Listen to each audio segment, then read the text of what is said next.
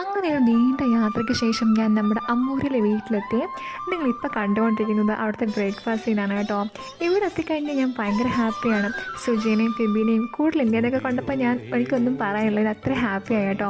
അച്ചാച്ചനില്ലാത്തൊരു സങ്കടം ഉണ്ടായിരുന്നെങ്കിലും സുജി ഒറ്റ ആൾ മതിയായിരുന്നു എല്ലാം നികത്താനായിട്ട്. സുജിയുടെ ഫിബിയുടെ അമ്മ മാത്രമായിട്ടല്ല, എൻ്റെയും ഇന്ത്യയുടെയും കൂടെ അമ്മയായിട്ടാണ് ഞങ്ങൾ കൺസിഡർ ചെയ്തേക്കുന്നത്. ചെന്നാലും വയറ് നിറഞ്ഞ് സുജി ഫുഡാക്കി തരാറുണ്ടെന്ന് മാത്രമല്ല, അതെല്ലാം വഴക്ക് പറഞ്ഞ് കഴിപ്പിക്കാറുണ്ട്.